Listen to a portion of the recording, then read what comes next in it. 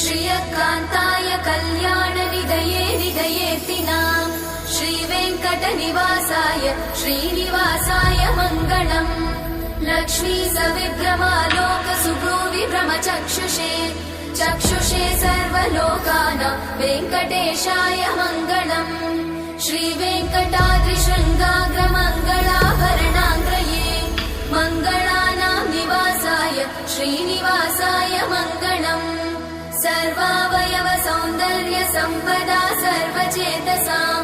सदा सम्मोहनायास्तु वेङ्कटेशाय मङ्गलम् नित्याय निरवध्याय सत्यानन्दचिदात्मने सर्वान्तरात्मने श्रीमद् वेङ्कटेशाय मङ्गलम् स्वतः सर्वविदे सर्वशक्तये सर्वशेषिणे सुलभाय सुशीलाय वेङ्कटेशाय मङ्गलम्।